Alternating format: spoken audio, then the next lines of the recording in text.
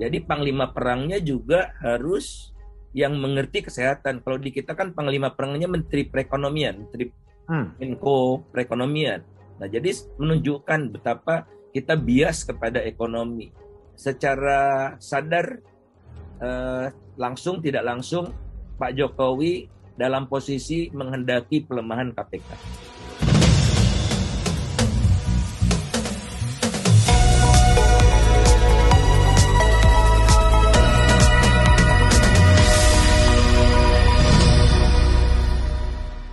Hari ini saya kedatangan tamu, seorang ekonom yang sangat idealis. Tulisan-tulisan baik di blog maupun di medianya sangat kritis. Di Twitternya juga sangat kritis. Itulah ekonom yang dikagumi oleh banyak khalayak, tetapi juga dikenal dengan kesederhanaan. Dia adalah Faisal Basri Batubara. Sehat Bang Faisal? Alhamdulillah baik, Mas. Di tengah situasi yang mencemaskan seperti ini. Alhamdulillah baik. Oke, Bang Faisal, saya mau nanya dulu ya. Bang Faisal ini lebih senang disebut sebagai politisi, aktivis, ekonom, atau apa sih, Bang? Ekonom saja. Sebetulnya ekonomi yang menjadi basis analisis saya. Di dalam ekonomi itu ada sub bidang yang namanya ekonomi politik. Jadi saya sudah puluhan tahun, barangkali 30 tahun ya mengajar mata kuliah ekonomi politik sampai saya pensiun. Jadi statusnya sekarang sudah pensiun. Sudah pensiun. Ya, mengapa saya tanyakan? Karena memang kiprah Bang Faisal ini kan juga di era-era menjelang kejatuhan Orde Baru pernah membentuk MARA ya, dan kemudian juga membentuk menjadi sekjen Partai Amanat Nasional gitu. Itu gimana ceritanya Bang Faisal? Ya sejarahnya kan kita tahu kemungkinan besar Pak Harto akan segera jatuh. Dan kita siapkan yang namanya alternatif kepemimpinan nasional. Karena pada akhirnya gerakan di jalan kan tidak bisa terus-menerus, harus ke parlemen kan, harus ke parlemen. Kemudian kita siapkan kendaraan yang namanya partai. Maka saya kebetulan ikut membidani, tapi tidak menyangka akan hidup sebagai politisi gitu ya. Nah, waktu Pak Amin tentu saja didapuk jadi ketua umum partai sebagai calon pemimpin nasional alternatif, cari sekjennya enggak ketemu gitu. Saya tidak ada niat sama sekali. Waktu formatur menyusun pun saya tidak ikut. Jadi pikiran saya udah kembali ke kampus lah, selesai gitu ya namanya gerakan politik ini. Saya punya rumah sengaja dekat Depok gitu, akan mendedikasikan hidup saya buat pendidikan. Tapi tiba-tiba ada telepon, Faisal ini sekjennya enggak ketemu-ketemu. Tadinya diusung Pak Amin Aziz, tapi Pak Amin Rais mengatakan Pak Amin Aziz sudah terlalu tua. Kemudian ada lagi satu tokoh Ismit Haddad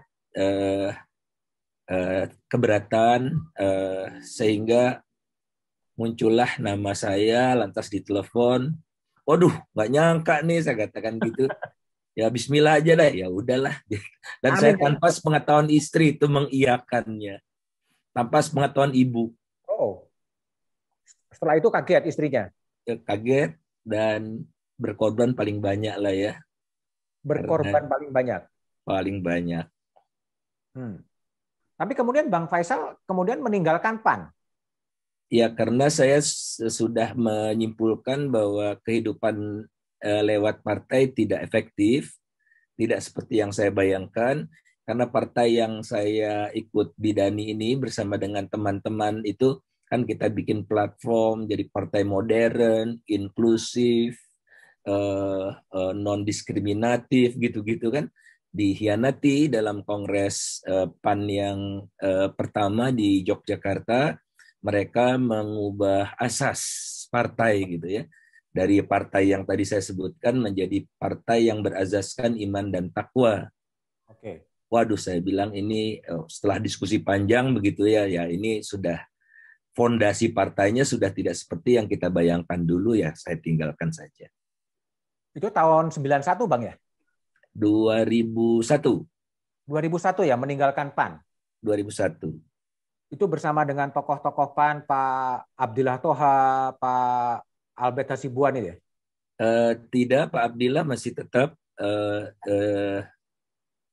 teman-teman yang muda lah terutama ya, minus Bara Hasibuan kali kalau saya tidak salah. Iya, iya, iya. Terus kemudian Bang Faisal kapok gitu dengan menjadi politisi atau gimana? Eh, Tidak mau lagi masuk di partai politik, Oh, menjadi eh, men, eh, beraktivitas politik ya. Kemudian saya mendirikan bersama dengan teman-teman namanya Pergerakan Indonesia, bukan partai, tapi semacam organisasi politik yang mencita-citakan eh, politik bersih, politik eh, berkarakter gitu, yang senior-senior, antara lain misalnya Melono Suwondo almarhum, hmm. Mbak Ade Indira Sugandi, Hmm. dan banyak lagi lah ya yang senior-senior, termasuk ada Budiman Sujatmiko, Faisal Reza, dan banyak lagi. Oke, jadi PI ya. PAN kemudian pindah ke PI semacam perkumpulan yang mengharapkan terjadinya politik yang lebih lebih berintegritas ya. Dan berideologi. Karena tidak Berideologi. ada partai politik di Indonesia yang punya ideologi kan. Hmm. Ya, ya. Adanya azas, Adanya asas. tapi PI, tidak ada ideologi. PI ideologinya apa, Bang? PI sosial demokrasi, Sosdem. Oh, sosial Sosdem. demokrasi. Oke, oke. Tapi Bang Faisal dalam pertarungan politik juga pernah mengadu nasib menjadi calon gubernur di Jakarta, Bang. Betul, di masa Pak Jokowi juga maju ya. Hmm. Jadi itu sebetulnya salah satu provokatornya Teten Mas Duki itu. Oh, di Eh, Perhokaten. Sebelumnya saya masuk konvensi PDI Perjuangan. Oke. Konvensi PDI Perjuangan yang daftar itu Sarwono Kusumatmaja, Bibit Waluyo, saya, kemudian Agung Gumelar, satu lagi saya lupa ya, Anda ingat, 5 kalau saya tidak salah. Kemudian diseleksi di PDI Perjuangan lewat proses konvensi yang tertinggi kalau saya tidak salah nilainya kita presentasi ya. Ada kegiatan macam-macam, nilai tertinggi itu Pak Sarwono 93 kalau saya tidak salah. Saya nomor 2, 91-an. Yang paling rendah itu eh, eh, Fauzi Bowo. Tapi Fauzi Bowo yang dipilih kan. Nah, kita juga sadar, itu yang Teten bilang gitu. Teten bilang itu kita mengukur dalamnya laut gitu. Oh begitu ya, sebesar itu. Karena dalam eh, surat keputusan Ketua Umum PD Perjuangan dikatakan di situ keputusan akhir ada di tangan Ketua Umum. Oke. Walaupun prosesnya seperti apa, tapi keputusan akhir di tangan Ketua Umum. Saya dipanggil sama Bu Mega, kenapa saya tidak dipilih gitu. Jadi sangat dihormati. Mungkin teman-teman yang lain juga dipilih, sangat pokoknya ya Pak TK itu pernah mengatakan pada Sal, di Jakarta banyak banditnya, Sal.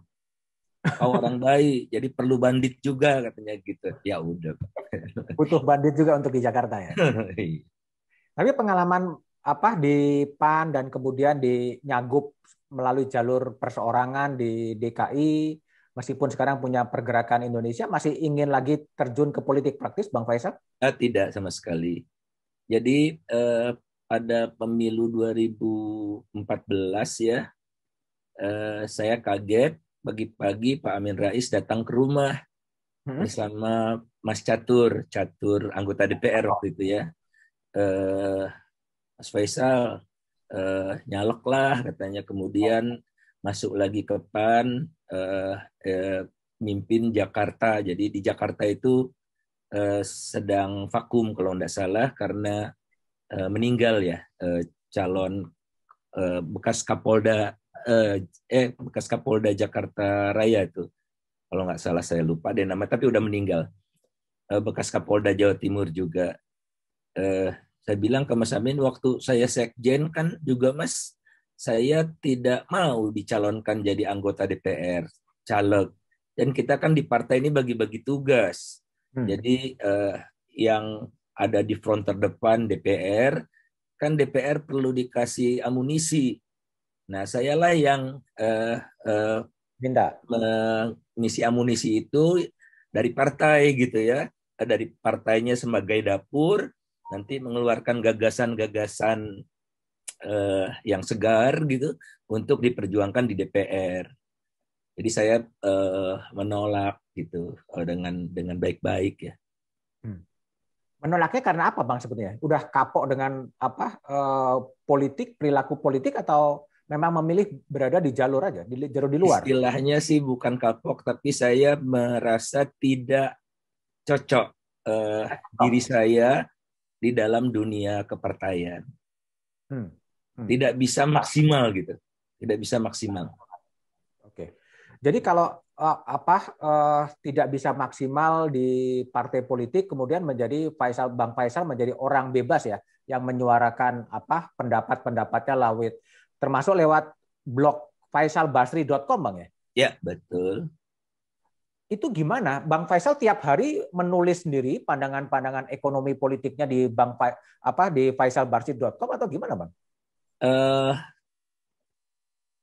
Biasanya respons atas satu keadaan, misalnya utang luar negeri gitu.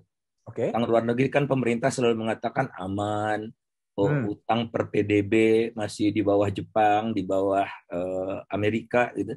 Nah, saya mencoba dari perspektif keilmuan saya untuk menunjukkan ini udah bahaya loh. Kemudian infrastruktur, cara membangun, bukan kita anti infrastruktur ya, tapi cara membangun infrastrukturnya menurut saya ugal-ugalan. Sudah saya ingatkan sejak dulu dan terbukti kan banyak perusahaan BUMN yang bermasalah karena melampaui kemampuannya tatkala ditugaskan oleh pemerintah gitu. Jadi mencoba untuk melihat dari sisi yang lain. Saya tidak anti pemerintah. Saya mengerti kebijakan pemerintah, tapi saya pun kalau bisa juga ikut membantu. Tapi saya tidak mau di posisi struktural gitu ya. Sekarang saya ikut membantu ya penyusunan naskah transformasi ekonomi pasca pandemi yang sedang disusun oleh Bappenas, menunjukkan saya bukan anti pemerintah gitu. Jadi pokoknya kita untuk memberikan masukan yang ya kalau dibutuhkan silakan, kalau tidak ya tidak apa-apa. Karena posisi kita kan di luar, kita tidak bisa memaksakan. Yang kita bisa lakukan adalah menyuarakan. Oke. Tidak berminat, Bang, masuk ke dalam menjadi bagian dari struktur pemerintahan gitu untuk membantu sejak dulu tidak berminat. Udah banyak ya mungkin teman-teman juga pada kesal dengan saya gitu. Waktu Bu Sri Mulyani jadi Menteri Keuangan yang pertama, saya diajak sarapan di rumahnya gitu, saya diminta untuk jadi Dirjen Bea Cukai. Aduh, enggak deh, saya bilang. Kemudian waktu dia Menko diminta jadi staf khusus Menko. Waktu itu Hatta Rajasa kan jadi capres apa cawapres gitu, sehingga Menko-nya dirangkap oleh Bu Sri Mulyani. Zaman Pak Doro Jatun jadi Menko juga saya dipanggil ke rumah, Sal, kamu staf khusus saya, urusan parlemen. Saya bilang ke Pak Doro Jatun, apapun saya mau bantu Bapak. Tapi kalau ini Pak nggak bakal bisa saya, karena saya banyak berseberangan dengan anggota DPR. Ya bagaimana jadi liaison officer gitu dengan DPR gitu. Jadi memang posisi saya cocoknya di luar. Di BUMN pun saya tidak mau. Di BUMN pun nggak mau? Nggak mau. Komisaris kan dari zaman Pak Harto saya ditawari. Ditawarin juga komisaris, nggak mau juga? Enggak juga. Ya karena bukan bidang saya lah. Kalau saya misalnya komisaris PLN, komisaris Pertamina, nggak bisa ngeritik lagi dong. Kan udah komisaris. Nggak bisa lah. Itu ongkos yang harus kita bayar. Jadi kalau menurut Bang Faisal, orang-orang yang kemudian ditawarin dan masuk jadi komisaris sebagai kooptasi kekuasaan untuk tidak mengkritik gitu. Ya otomatis iyalah, kan ini pilihan hidup. Hmm, Karena dengan segala hormat kepada Bang Rizal Ramli ya, dulu kan oke. diangkat jadi komisaris utama Semen Gresik. Ya. Lantas ngeritik terus, Hmm, dipecat. Bang Rizal mencak-mencak. Saya pikir, aduh Bang Rizal jangan mencak-mencak deh, ini matter of pilihan hidup kok ya. oke. Jadi memang tidak etis Bang ya kalau memang menerima jabatan komisaris tetapi ingin tetap konfrontasi dengan pemerintah menjadi tidak punya apa pertimbangan moral gitu ya. Ya kan ada contohnya juga misalnya Refli Harun gitu ya. Oke. Ya tidak boleh berseberangan dengan pemerintah lah. Itu Hmm. ongkosnya kan. Kalau nggak mau ya di luar aja ya. Di luar saja. Kalau sudah di dalam pemerintahan ya jangan ngeritik pemerintah, berjuanglah dari dalam. Kan gitu. Oke. Dan Bang Faisal memang memilih menjadi orang yang berada di luar Betul, agar lebih leluasa memberikan masukan-masukan kepada pemerintahan. betul. Bang Faisal, kalau tadi ngomong soal komisaris ya, kalau Bang Faisal lihat ini rekrutmen komisaris nih seperti apa sih sekarang nih jadinya? Komisaris dijadikan alat untuk menyerap yang telah berjuang Oh, bersama-sama dengan Pak Jokowi. oke.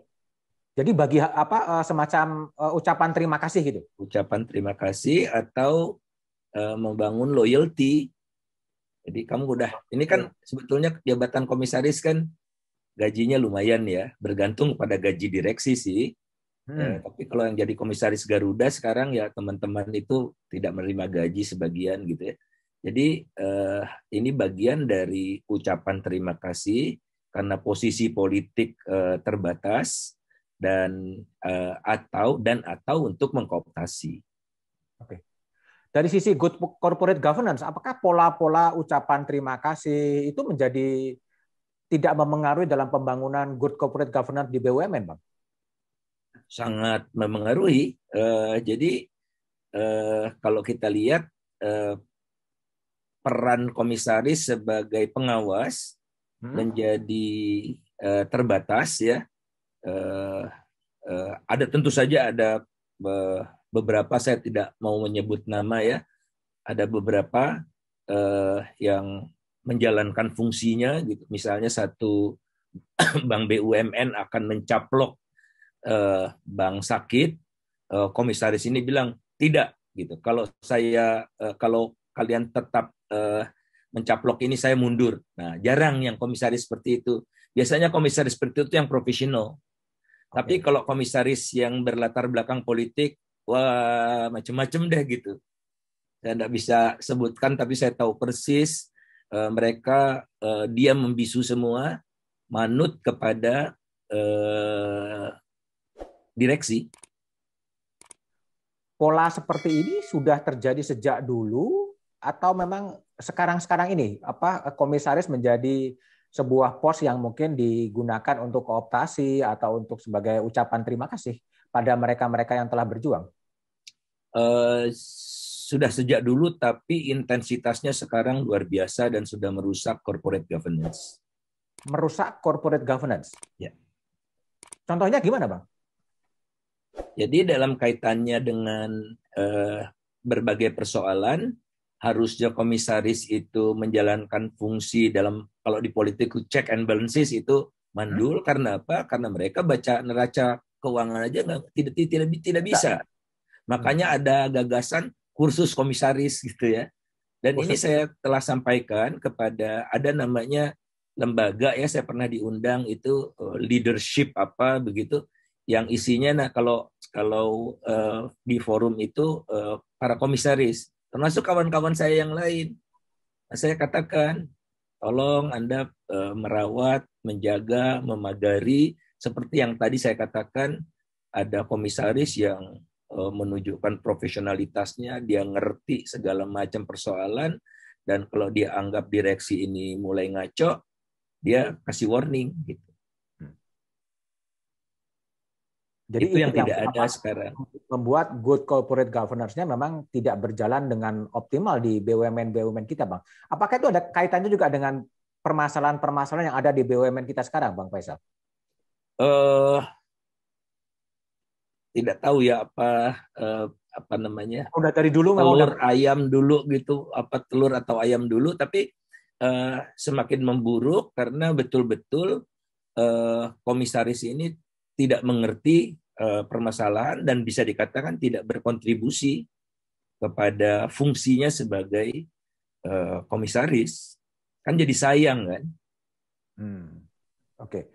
Saya pernah juga misalnya di Adikarya, diundang oleh Adikarya, oleh direksi gitu, ada komisaris utamanya, sahabat saya Mas Fajrul gitu ya. Dalam pertemuan itu ya tidak sepatah kata pun dia bicara gitu. Ya gimana ya, agak repot lah. Sebaiknya itu ditata gimana Bang ya? Adalah oke memberikan apa terima kasih, tapi juga tidak terlalu vulgar atau seperti apa gitu. Sebaiknya dikelola seperti apa itu? Sesuai dengan fungsinya, memastikan bahwa BUMN itu melaksanakan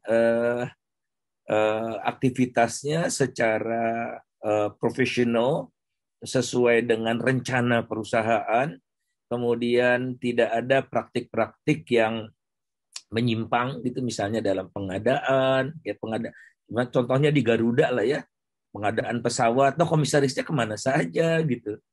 Okay. Nah jadi syukur sih ada beberapa yang ngerti begitu ya, tapi pada umumnya kalah dengan apa secara mayoritas. Kawan saya juga di salah satu BUMN sangat besar, saya tidak ingin sebut namanya, itu komisarisnya banyak sekali, cuma dia yang memperjuangkan dalam tanda petik kebenaran itu.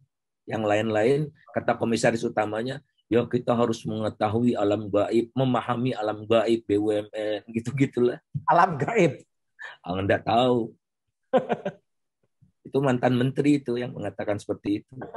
Tim sukses Jokowi. Ya. Kalau Bang Faisal lihat situasi BUMN, khususnya BUMN karya yang ada sekarang seperti apa Bang Faisal? Ya mereka kan sebetulnya punya kapasitas ya. Jadi misalnya yang saya sampaikan lah, pernah ke Adikarya. Adikarya kan punya banyak proyek, dia butuh modal kerja kan, modal kerjanya tidak cukup, dia pinjam ke bank. Nah saya tanya ke Pak Budi dulu di rootnya, Pak Budi kemampuan kan ada batasnya ya, misalnya 20 triliun gitu, kemampuan dia bisa pinjam gitu, ada namanya debt to equity, ada namanya governance gitu seperti itu. Nah udah terpakai berapa Pak? Kalau nggak salah 16 gitu atau 18 triliun. Jadi tinggal 2 triliun dengan sisanya. Nah, diminta untuk bangun LRT. Ya. Nah, LRT suruh nombokin dulu. Gitu. Tidak ada kontrak begitu-gitu kan. Ya namanya penugasan. Halangi dulu gitu. Ya. Berarti dia harus pinjam dengan ekstra kan, bunga yang lebih tinggi. PLN juga begitu. Ya, PLN utangnya 421 triliun. Antara lain dia harus berutang karena apa? Karena dulu transmisi itu dibiayai APBN, sekarang ditanggung sendiri oleh PLN.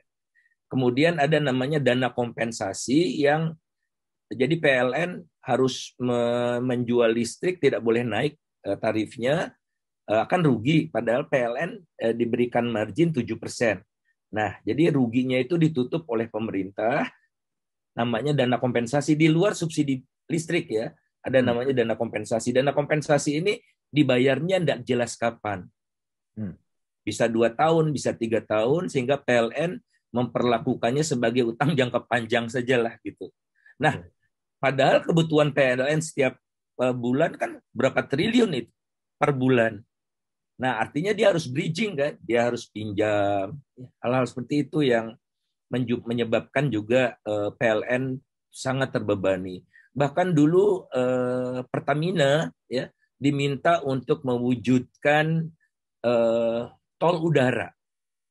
Jadi barang-barang untuk kebutuhan Papua akan diangkut pakai kendaraan besar sekali, versi Airbus atau Boeing saya lupa ya, tapi beli 2 pesawat.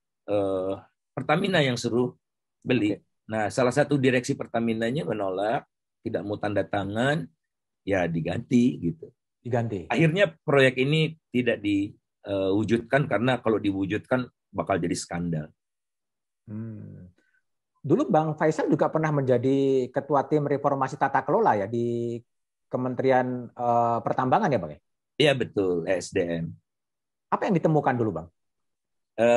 Kita tahu modus operandi dari mafia migas, bagaimana mereka melakukan markup, kemudian melakukan manipulasi, karena kan premium ini tidak ada di pasar, tidak ada produknya, jadi ada produk yang kualitas lebih tinggi dicampur, di blending gitu supaya kualitasnya turun gitu.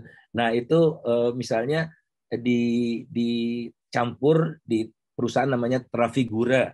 Nah Trafigura ini melakukan kontrak dengan PES Singapura, orang taunya Petral Singapura gitu. Ya ada kong kali kong di situ kita ketemu semua modusnya seperti apa, orang-orangnya seperti apa. Saya ingat waktu itu perusahaan yang dominan sekali mengatur pengadaan minyak ini perusahaannya Riza Khalid, Global Resource apa namanya ya, lupalah saya. Ada 2 perusahaan yang kita temukan juga. Terus hasil Jadi, rekomendasi dari Komite Tata Kelola ini seperti apa Bang Faisal? Pertama melakukan audit forensik karena yang kami temukan bukan bukti hukum. Nah, untuk dijadikan bukti hukum, kami meminta agar pemerintah melakukan audit forensik tentang apa-apa yang kami temukan. Ternyata ditemukan. Audit forensiknya dilakukan oleh Kordamente, itu perusahaan dari Australia, perusahaan ada tentaranya gitu ya, memang mereka ahlinya forensik itu. Saya diberitahukan isi-isinya, tapi saya tidak punya reportnya. Drama-drama yang terjadi waktu Kordamente melakukan investigasi itu juga luar biasa gitu. Ketemu. Terus? Diserahkanlah kepada pemerintah kan. Ke KPK juga kalau saya tidak salah diserahkan ke KPK. Tapi sampai sekarang belum ada perkembangan kecuali satu ya, Presiden Direktur PES Singapura, Bambang Irianto itu yang sudah dijadikan tersangka. Tapi itu cuman pentilnya ya. Jadi masalah besarnya belum selesai sebetulnya. Belum, dan sekarang mereka masih tetap beraksi. Jadi misalnya Bank BUMN masih memberikan kredit top up kepada perusahaannya Riza Khalid. 26 juta dolar. Ya. Ada rekomendasi dari tim tata kelola, ada audit forensik dari Kordamente, tetapi tidak ada perubahan yang cukup signifikan. Memang ada perlawanan dari dalam atau gimana? Kami kan bekerja 6 bulan, buat saya udah selesai gitu ya. Cukup tinggal rekomendasinya dilaksanakan. Tapi kan sebetulnya cukup banyak yang rekomendasinya dilaksanakan. Itu audit forensik dilaksanakan, kemudian ada beberapa lagi lah yang dilaksanakan, namun cukup banyak juga yang tidak dilaksanakan. Misalnya formula harga. Formula harga, kan ada formula harga penentuan harga untuk BBM bersubsidi gitu. Itu udah kedaluarsa sekali dan itu harus diubah, sampai sekarang tidak dikerjakan. Oke, Bang Faisal tadi nyebut KPK ya. Saya juga membaca sih kekecewaan dari Bang Faisal soal perkembangan yang terakhir di KPK ketika 75 pegawai kemudian harus mengikuti tes wawasan kebangsaan, dan Bang Faisal di tweetnya mengatakan mengajak boykot Bank BUMN. Kira-kira formulasi, kenapa kegelisahan Bang Faisal sampai muncul seperti itu, Bang? Sebetulnya bukan memboikot Bank BUMN. Jadi sebelumnya KPK itu menyelenggarakan acara ya, Akademi Jurnalistik Lawan Korupsi kalau nggak salah namanya, AJLK.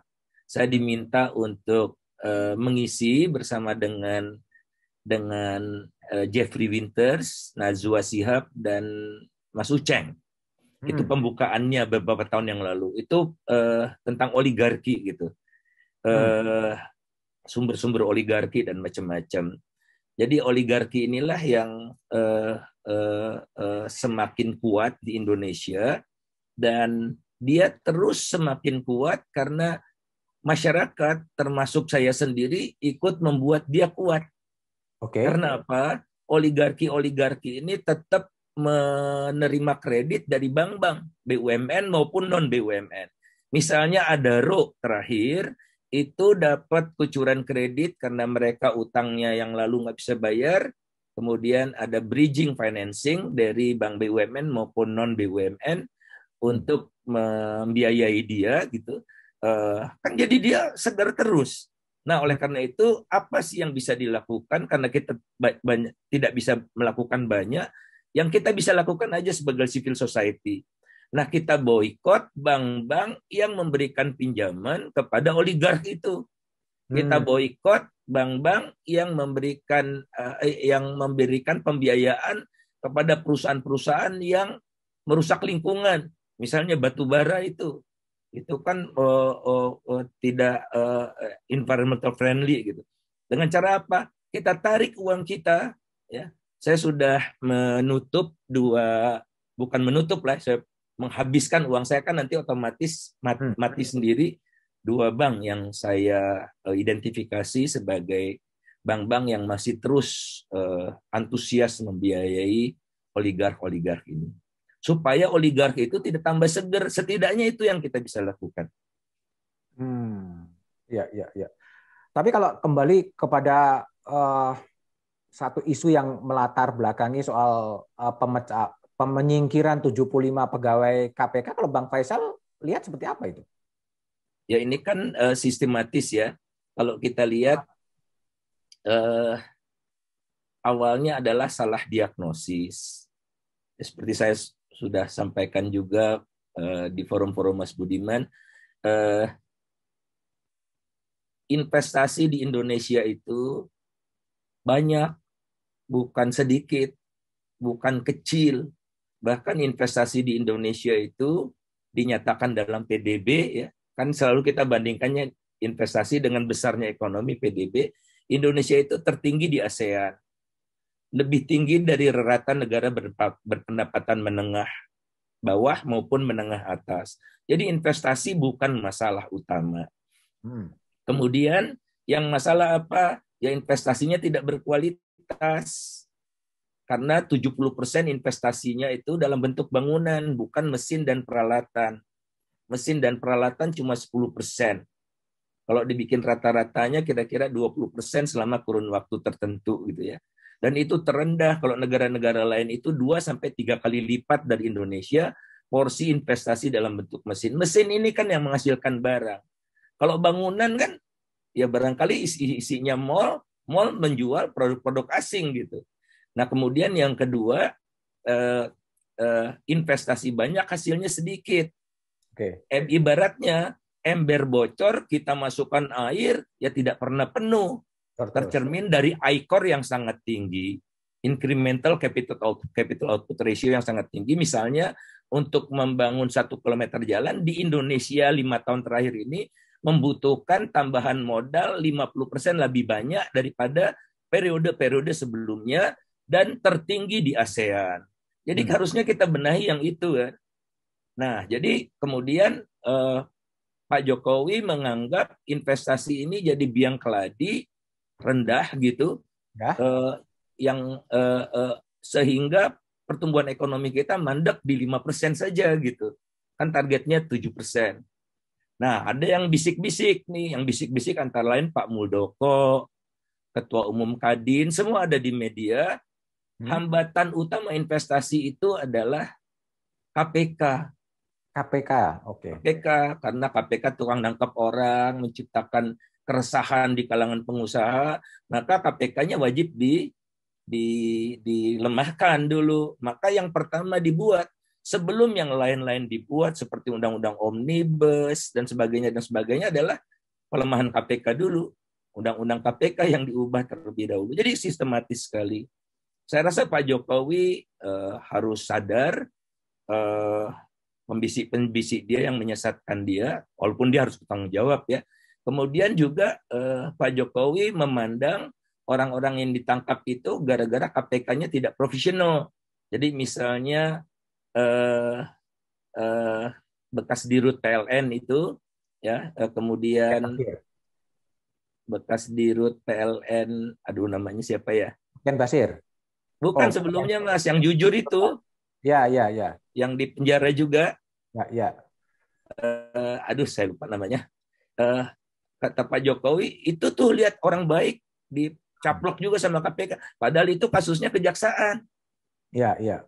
Ya, ibu dirut Pertamina, Karen. Ibu Karen, di mata Ya, Pak Jokowi juga itu KPK yang nangkep, padahal kejaksaan. kejaksaan gitu ya. Itu udah diingatkan Pak Jokowi, cuman diam-diam aja gitu dia. Jadi jelas ada desain yang membuat kondisinya seperti itu, akhirnya dilemahkan KPK ya, dan terus menerus dilemahkan tapi tidak lemah-lemah begitu ya, sehingga akhirnya ya personelnya yang disingkirkan gitu. Jadi kalau Bang Faisal lihat bahwa pelemahan KPK ini memang order ya, order dari kelompok-kelompok oligarki ya, atau Ya, kelompok-kelompok yang apa kepentingannya terganggu. ya, kan di situ ada yang pernah lah di penjara gitu ya, yang Ibu Murdaya itu. Dan sedihnya kita sudah tertangkap, tapi sekarang anaknya yang melaksanakan bisnis yang korupsi itu. Ya, ya. Tapi sekarang masalahnya adalah kalau dulu kan begitu KPK sering dibentengi oleh masyarakat sipil ya. Tapi sekarang masyarakat sipilnya kemudian juga terpecah. Eh, saya rasa masih tetap kuat ya, walau tentu saja masyarakat sipilnya juga sudah terpecah sejak dulu kan. Masyarakat sipil yang mendukung Pak Jokowi harga mati gitu, semua yang dilakukan Pak Jokowi harus dibela, dan ada masyarakat sipil termasuk saya yang mendukung Pak Jokowi, tapi kita kritis terhadap kebijakan-kebijakannya. Sebetulnya terpecahnya itu karena sikap seperti itu kok. Oke. Kalau Bang Faisal prediksikan setelah KPK kemudian dilemahkan, bagaimana dengan apa praktek-praktek korupsi yang mungkin akan semakin besar dan semakin banyak terjadi? Iya, sekarang korupsinya mengarah ke grand corruption, Grand mega corruption. korupsi, grand corruption. Jadi definisi grand corruption itu kira-kira eh, eh, kebijakan lewat kebijakan dilakukan oleh segelintir orang untuk kepentingan segelintir orang, dan efeknya masif gitu, baik kepada masyarakat maupun kepada negara. Oke. Jadi itu yang grand corruption itu yang terjadi, misalnya grand corruption di smelter nikel, kemudian di gula rafinasi itu yang triliun-triliunan, gula rafinasi, tadinya impor beras ya, yang berhasil kita tahan itu, bukti bahwa Mas Budiman sekarang lihat data-data Bulog itu prediksinya cadangan berasnya sampai akhir tahun ya 1,8 juta 1,8 juta ton. Jadi sama sekali tidak butuh impor. Tapi kenapa tiba-tiba ada order gitu untuk impor begitu ya? Itu kan jelas kalau kita diam saja jadi itu barang. Itu juga biasanya misalnya Rp1.000 saja fee-nya dikalikan dengan 1 juta ton. 1 juta ton kan dikali ke kilogram jadi 1 miliar kilogram kan? Dikali 10.000 triliun, Mas. Ya. Nah, jadi itu menggasak rente ekonomi lewat kebijakan, itu yang sangat bahaya. Dan itu dimitigasi dengan pelemahan KPK. Antara lain karena KPK lah yang akan, saya ada sejarah dengan KPK juga, tatkala perusahaan Tommy Winata itu mau masuk di lelang gula.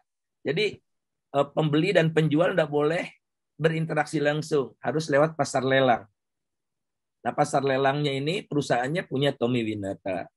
Jadi setiap lelang per ton dia narik fee aja, jadi tidak modal apa-apa lah, bisa dikatakan 68.000 gitu ya. Nah, resah nih teman-teman. Kemudian akhirnya dialog dengan Ketua KPK yang lama, Pak Agus. Pak Agus akhirnya kirim surat ke Enggar, waktu itu Menteri Perdagangan. Akhirnya Enggar nggak berani. Nah, jadi karena masih ada perlawanan dari civil society lah, tidak grand corruption yang bakal terjadi kalau kita diam saja. Oleh karena itulah kita tidak boleh diam. Oke.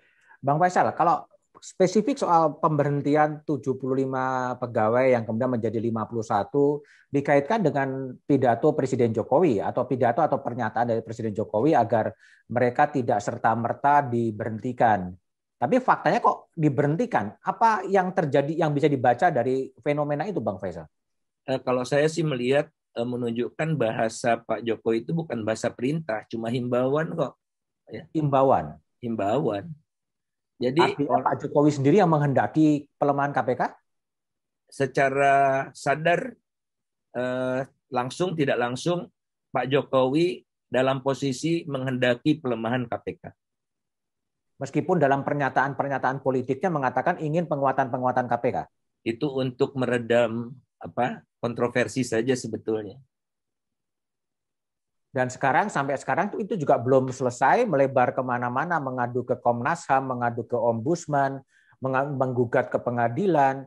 Nah, biasanya kan ada semacam tim independen yang bisa menengahi itu semua. Kalau Bang Faisal ini akan dibiarkan begitu aja tanpa arah atau mau jadi gimana soal di KPK? Akan dibiarkan. Jadi kalau betul-betul Pak Jokowi on the right track untuk pemberantasan korupsi, dia keluarkan Perpu untuk memulihkan KPK, karena korupsi kan sudah jadi grand corruption, jadi sudah luar biasa, sudah darurat. Dia harus membuat undang-undang darurat memulihkan marwah KPK itu. Itu yang bisa mengobati kekecewaan rakyat kepada Pak Jokowi. Tapi sampai sekarang tidak dikerjakan. Kelihatannya kalau ada desakan yang sangat besar baru dilakukan. Oleh karena itu desakan harus dilakukan terus. Bukankah dulu sejumlah profesor dan lain sebagainya juga telah datang ke istana untuk mendesakkan agar ada Perpu, agar ada apapun, tapi belum ada respon juga? Biasanya yang namanya desakan besar itu lewat demonstrasi yang massal ya. Oh. Itu cirinya ada pandemi lagi kelihatannya. Kalau pressure dari orang tua bangka seperti saya kan udah termasuk kelompok tua bangka nih, di atas 60. Tua bangka. Di atas 60 lah, udah bebas dapat vaksin prioritas gitu, ya tidak didengar. Tapi kalau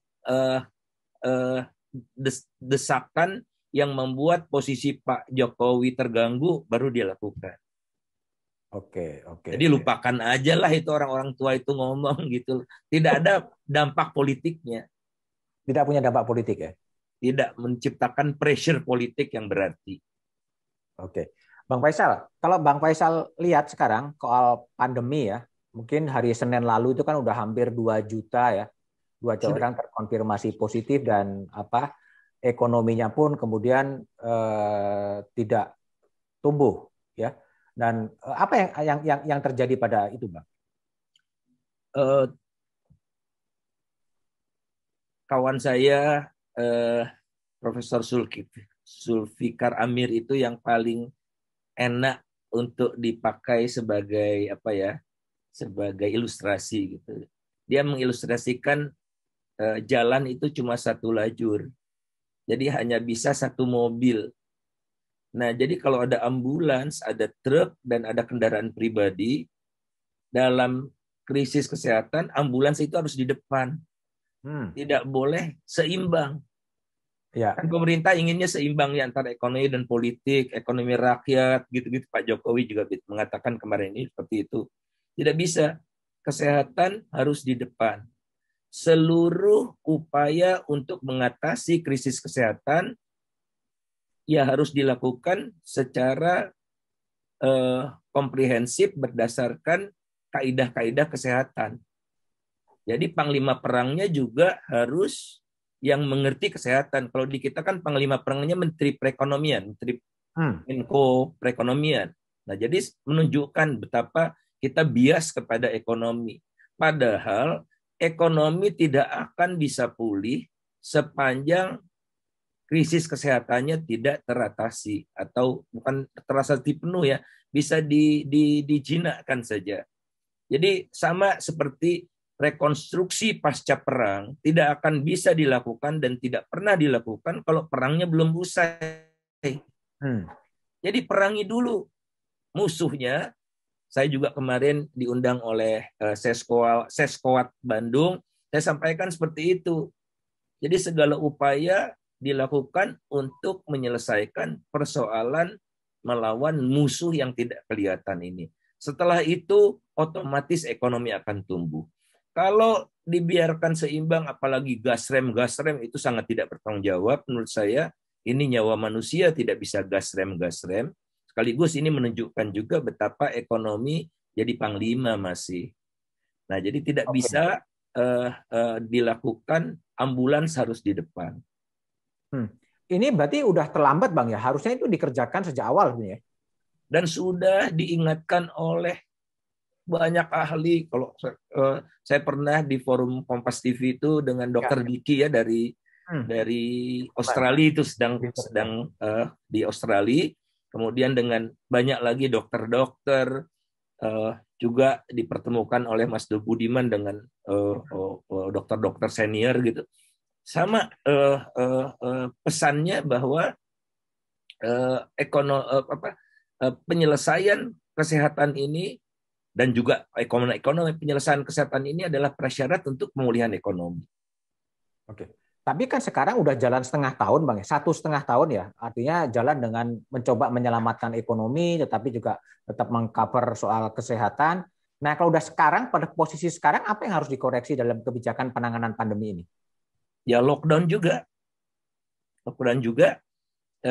Kalau lockdown dilakukan, 2 minggu aktivitas ekonomi, nggak berhenti total loh. Ya, nggak berhenti total. Jangan bayangkan sebagai nightmare gitu. Aktivitas-aktivitas yang strategis masih boleh buka, sembako masih boleh buka gitu ya, apotek masih bisa buka, GoFood masih bisa jalan, bukan GoFood ya, GrabFood juga ada gitu. Nanti kita bisa nggak kampanye lagi. Jadi semua tidak berhenti total. Kemudian dimobilisasikanlah PMI, Pemda segala macam untuk mengangkut kebutuhan rakyat. Kelas menengah ke atas kan bisa ngurus dirinya sendiri. Jadi ongkosnya niscaya sekarang pun kalau dilakukan pembatasan yang ketat, itu akan lebih cepat kita mengendalikan virus. Tapi waktu pembatasan dilakukan testing. Kemudian contact tracing, segera tuh yang positif-positif itu diisolasi. Paling lama sebulan kita bisa jinakkan. Secara perlahan ya sebulan, tapi ekstrimnya 2 minggu dulu gitu. Ekonomi otomatis akan recover. Tapi kalau sekarang itu kita tidak pernah tahu kasusnya akan sampai kapan, puncaknya sampai kapan. Pemerintah berharap, utamanya Pak Luhut itu 2 minggu pakai teori kesehatan, teori epidemiolog, itu ada grafik-grafiknya. Itu hampir bisa dipastikan tidak bisa kalau dengan mikro ini. Jadi ongkosnya akan jauh lebih banyak. Ongkos sederhananya yang disampaikan Bu Sri Mulyani, pertumbuhan kita tidak bisa 8 lagi, tapi 6 lah, berapalah. Nah, 2 ini 8 kedua dikali PDB-nya udah berapa ratus triliun itu. Jelas itu ongkosnya jauh lebih mahal. Tapi kan problemnya kalau seperti Gubernur DIY Sultan, lalu kemudian Ridwan Kamil Jawa Barat mengatakan kalau dilakukan lockdown menggunakan basis hukum undang-undang karantina, ya pemerintah nggak punya uang sebetulnya untuk membiayai kehidupan orang, karena dalam undang-undang kan termasuk hewan piaraan juga harus menjadi tanggungan pemerintah, Bang. Pemerintah daerah tidak punya uang tentu saja. Mas Budiman, kalau kita lihat ya struktur, jadi saya gabung ini total penerimaan negara, pemerintah pusat itu penerimanya 2019 2.000 triliun. Hmm. Total penerimaan provinsi, 34 provinsi itu cuma 200-an triliun. 34 provinsi loh. Kemudian seluruh kabupaten kota pendapatannya itu 100-an triliun. Oke. Jadi memang tanggung jawab pemerintah pusat. Tidak mungkin Pak Sultan bisa membiayai ini karena uangnya memang tidak ada. Karena memang pengelolaan keuangan negara itu terpusat sekali. Nah, oleh karena itulah pusat. Nah, pusat menurut saya omong kosong kalau tidak punya uang. Mau pengadaan senjata 1.800 triliun bisa. Bangun ibu kota masih jalan terus. Perjalanan dinas masih jalan terus. Ya, wah, macam-macam masih jalan. Kalaupun kita kurang, kita berutang. Ya, dengan sukacita Bank Dunia, ADB, IDB menyalurkan dana karena mereka tahu kalau penanganan virus ini dilakukan secara tuntas, misalnya 50 miliar dolar ongkosnya, itu akan menciptakan nilai ekonomi 20 triliun atau 200 triliun. Jadi jelas kok matematikanya. Semakin cepat kita nangani virus, semakin cepat pemulihan ekonomi. Itulah benefit yang kita peroleh bahkan sampai ribuan triliun. Oke. Tapi Bang Faisal, kalau memang pertanyaan saya adalah apakah memang salah advis ya dari para pembantu presiden kepada Presiden Jokowi, atau ya memang ini adalah pilihan politik tetap dengan PPKM mikro gitu dan juga harapannya ekonomi tetap tumbuh? Pertama, datanya ngawur. Jadi Data kalau COVID. data ngawur, data tentang COVID ya, data tentang COVID ngawur sehingga pemerintah kebijakannya pun ngawur, ya. Underestimate, rakyatnya pun nganggap remeh dan sebagainya itu. Nah, saya ingat di media juga itu tahu sekali Menteri Kesehatan Pak Budi Sadikin tahu sekali. Oleh karena itu dia di awal masa jabatannya dia datang ke Mabes TNI minta TNI turun tangan untuk membantu dia melakukan testing dan contact tracing. Oke. Dan dia lapor ke Pak Jokowi. Ini menurut Pak Menteri sendiri lapor ke Pak Jokowi. Ini rencananya Pak, tapi Bapak jangan kaget kalau kasusnya melonjak. Ya udah otomatis melonjak kan. Kasus kita kan tidak melonjak karena tidak ada testing. Ternyata itu tidak dilaksanakan. Jadi kalah argumen ekonomi dengan argumen kesehatan. Jadi susah sekali karena di struktur organisasi penanganan COVID itu ada namanya komite kebijakan, ketuanya Menko Perekonomian, wakil ketuanya Menteri Investasi, Menko Investasi dan Maritim itu, Menteri Keuangan, Menko Polkam, Menko Sumber Daya Manusia gitu, dan Menkes gitu. Jadi kemudian pelaksana hariannya Menteri BUMN. Ya, kan udah kelihatan itu. Kemudian ada Satgas Pemulihan Ekonomi dipimpin oleh Wamen 1, dulu Pak Budi, sekarang enggak tahu saya, dan Wamen 2. Itu dua-duanya ekonomi. Kemudian sekretaris ya. Sekretaris ada 2 sekretaris. Satu sekretaris namanya Raden Pardede mewakili Kadin ya. Kemudian sekretaris satunya lagi sekretaris Menko Perekonomian. Jadi memang Mas Budiman harus diakui kan kalau perang itu kita harus dinaungi oleh undang-undang darurat perang. Sehingga aturan yang ada tidak berlaku, yang ada adalah kedaruratan perang. Nah, yang kita buat, yang Presiden keluarkan bukan undang-undang darurat perang melawan COVID. Undang-undang darurat perang mengantisipasi dampak ekonomi dari COVID. Itu yang Perpu nomor 1 itu. Kan itu untuk ekonomi kan, untuk stabilitas ekonomi, perbankan, macam-macam. Jadi tapi tidak ada undang-undang darurat untuk mengatasi COVID. Misalnya mobilisasi logistik nggak bisa lewat tender, LKPP nggak bisa. Harus direct, tapi ada yang mengawasinya kan, ada inspektur jenderalnya juga di dalam perang itu, tidak bisa suka-suka. Itu yang tidak menunjukkan betapa ekonomi menjadi berhala. menjadi yang berhala. sebetulnya salah. Jadi ujung-ujungnya ongkosnya jauh lebih mahal. Oke, oke. Oke, kita coba geser ya isunya Bang Faisal dari urusan korupsi kemudian ke pandemi. Ini Bang Faisal kan menulis buku ya soal Untuk Republik, kisah-kisah teladan kesederhanaan tokoh bangsa yang ditulis oleh Faisal Basri dan Harith Nandar.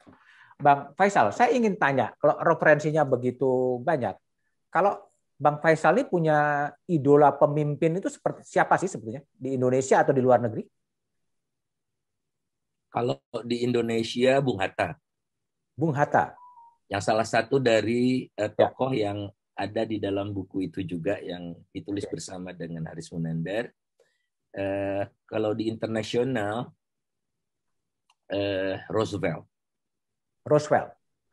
Kenapa Franklin Roosevelt, Delano Bang? Roosevelt ya di Amerika Serikat. Eh, orang-orang ini unik, tapi kalau kita bicara dengan soal Bung Hatta dan buku itu ya Mas ya, Ya. kan kami sudah kehilangan tipis sekali asanya tentang pemimpin sekarang ini. Kemewahan jadi nomor satu gitu ya, Oke. ditunjukkan gitu-gitu. Ini masalah pilihan hidup gitu. Jadi pemimpin-pemimpin yang kami cantumkan di buku itu ada 23 tokoh. Itu Oke. adalah pemimpin yang punya kesempatan untuk kaya dengan Oh, cara yang halal sekalipun. Apa sih susahnya Bung Hatta nelepon duta besar kita di Inggris untuk dibelikan sepatu beli Beli. Oke. yang menjadi dambaannya sehingga ada guntingan koran iklan beli di dalam buku agendanya yang ditemukan oleh Ibu Rahmi Hatta dan Mbak Halidah Hatta 3 hari setelah Bung Hatta meninggal gitu. Kemudian Haji Agus Salim kurang apa? Tapi sepanjang hidupnya dia tidak punya rumah, kontrak dari gang ke gang gitu. Bahkan satu anaknya meninggal, dia pakai taplak meja untuk kain kafannya. Ekstrim gitu. Dan ini pilihan hidup. Safruddin Prawira Negara tidak bisa menyekolahkan anaknya. Bang Farid Prawira Negara kebetulan saya kenal baik gitu.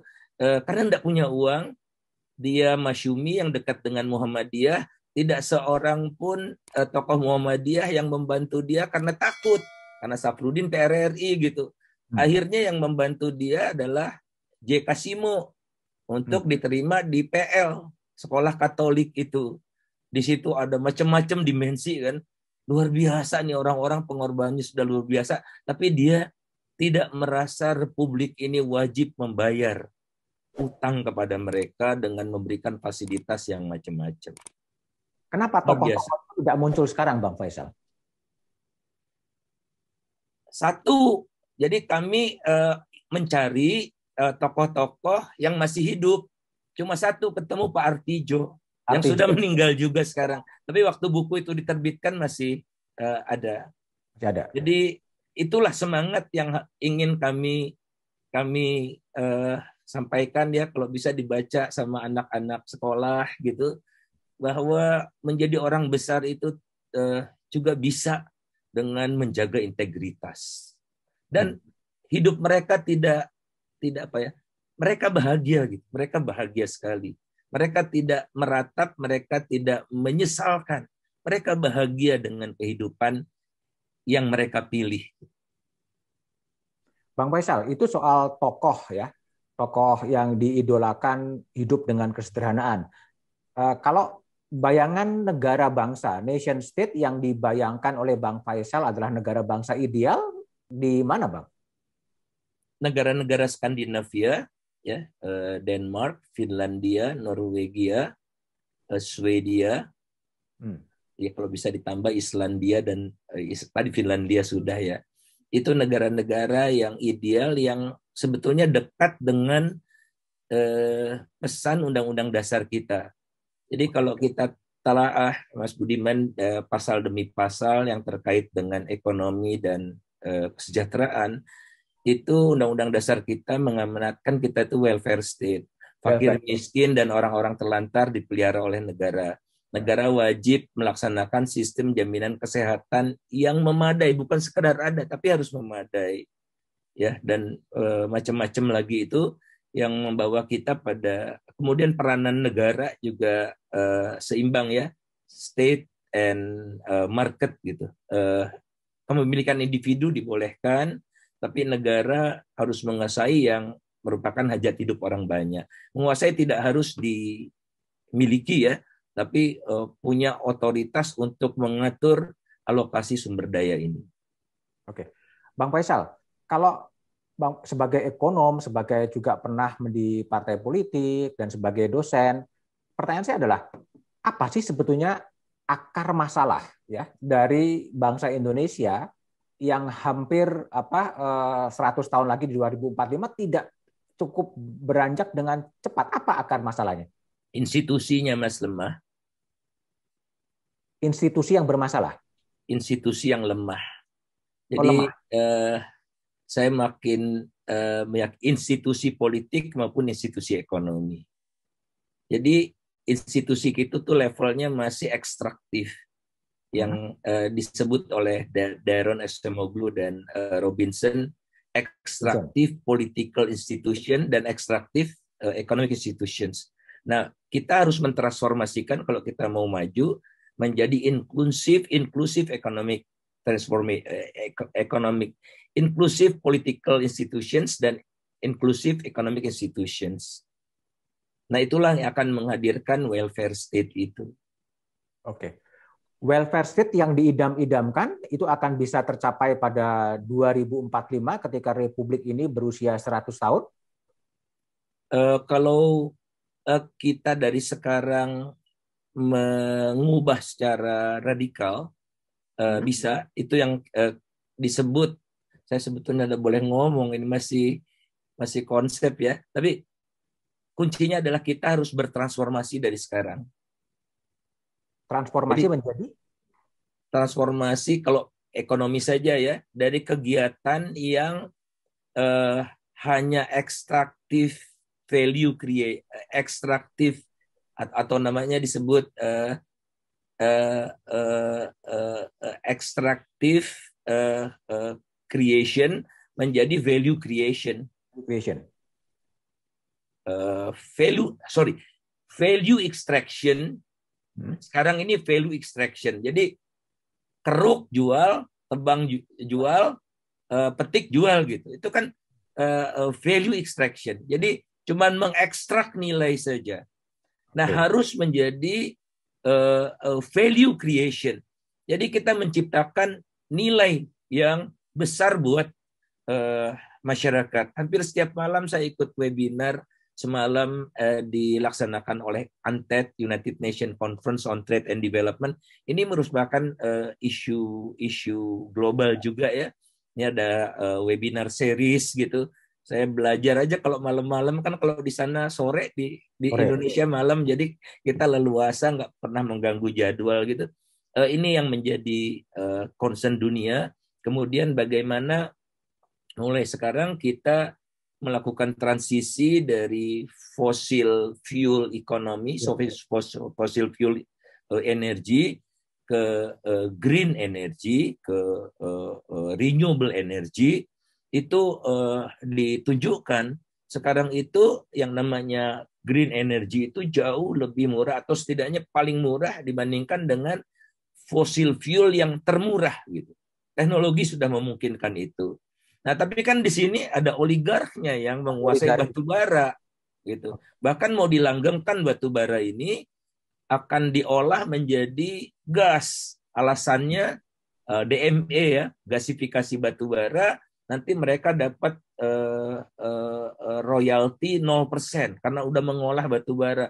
Tapi niscaya batu bara yang diubah menjadi gas itu akan jauh lebih mahal dari gas yang tinggal muncrat dari Timur Tengah itu. Jadi kita model menghematnya tidak boleh gitu. Itu namanya value extraction. Nah, harusnya kan kita meng-create value yang menguntungkan bagi seluruh rakyat. Gitu. Kalau value extraction itu buat segelintir orang saja. Oke. Bang, pertanyaan saya yang terakhir, Bang. untuk menjadikan Indonesia menjadi welfare state sesuai dengan amanat konstitusi, pemimpin seperti apa yang sebetulnya dibutuhkan untuk mewujudkan gagasan-gagasan besar yang ada di pembukaan konstitusi maupun pasal-pasal dalam konstitusi? Saya tidak terlalu mengandalkan pada pemimpin lagi, nanti kita kecewa-kecewa terus. Oleh karena itu yang kita perkuat institusi. Ada check and balances, pastikan Mas Budiman demokrasi kita tidak tercampakkan lagi, dan akar dari demokrasi adalah freedom. Jadi jangan sampai kebebasan kita itu tercerabut. Karena kalau kebebasan udah dibelenggu, demokrasi akan hilang, mereka akan atur di antara mereka sendiri. Oleh karena itulah saya kebetulan baru menulis ya tentang democracy and development. Kalau zaman dulu Lipset itu sosiolog Amerika tahun 59 nulis demokrasi itu nomor 2, pembangunan nomor 1. Oke. Pembangunan akan melahirkan demokrasi. Yang penting perut dulu beres gitu. Kemudian ada Prestowitz ya, tahun 70-an itu tidak clear hubungangannya. Namun kajian-kajian terakhir yang dipelopori oleh 5 dosen dari 5 universitas yang berbeda itu menyimpulkan demokrasi does affect development. Gitu. Jadi demokrasi syarat untuk pembangunan. Dan itu literaturnya udah banyak. Saya daftar referensinya saja sudah 25 halaman. Alhamdulillah sebagian udah saya baca dan saya makin yakin. Oleh karena itulah maka demokrasi kita harus kita perkuat at all cost. Kalau demokrasi tren mundur Bang ya? Mundur, indeks demokrasinya mundur, korupsinya mundur, ya. Nah, kalau demokrasi yang mundur menciptakan korupsi yang lebih masif, yang lebih masif menciptakan misalnya sistem perbajakan yang makin regresif. Jadi dia tumpul ke bawah, tajam ke bawah, tumpul ke atas. Nah, tercermin kan dari apa-apa mau dipajaki gitu. Nah, ini kan sistem perbajakan yang regresif sesuai dengan teori. Bang, terakhir Bang, sekarang kan muncul wacana ya presiden 3 periode. Gimana Bang Faisal lihat? Ya ini kan sebetulnya cuma test case ya. Test case. Kalau nanti misalnya ini gagal, maka dicari alternatif calon pemimpin masa depan, tapi tidak laku jual. Oke. Tidak laku jual, makanya pemilihan presiden tidak usah langsung lagi, MPR saja yang memilih gitu. Akan dicari kan sebagai ini test case terus mengukur dalamnya laut ini ya. Tapi saya melihat ini suatu upaya yang sistematik dari upaya penguatan oligarki ya. Jadi ini yang harus kita lawan barangkali. Dan oleh karena itu kita perlu untuk mencari, saya juga tidak tahu, udah diajak oleh kawan-kawan bagaimana nih ada diskusi-diskusi mulai minggu ini tentang konsolidasi demokrasi. Barangkali kita sudah lama ya tidak memikirkan tentang ini. Ada satu lagi Mas, misalnya ini kawan sahabat saya Mas Rimawan Pradipto dari UGM, Ketua Departemen Ekonomi FEB UGM, itu juga dia bilang ke saya gini, Mas Faisal jangan lagi kita memberikan cek kosong kepada penguasa yang akan datang. Kita harus bikin konsep, ini loh yang harus dilakukan, dan mereka harus komit kepada konsep-konsep ini. Jadi mudah-mudahan teman-teman lintas kampus juga berupaya untuk membangun satu konsep tadi Indonesia yang lebih inklusif ya. Itu lintas kampus, lintas disiplin ilmu Mas, mereka udah bekerja banyak waktu melawan pelemahan KPK itu. Itu juga ada kesadaran lintas kampus yang tidak pernah terjadi sebelumnya. Oke, Bang Faisal, terima kasih udah hampir Makasih. 1 jam ngobrol, isinya daging semua, kan? Mulai dari urusan BUMN, korupsi, dan juga perlunya blueprint bagaimana negara ini mau dibangun ke depan. Bang Faisal, terima kasih. Makasih sama-sama Mas, sehat selalu. Oke, saya kata makasih. Pamit ya Mas. Oke, makasih, makasih. Terima kasih.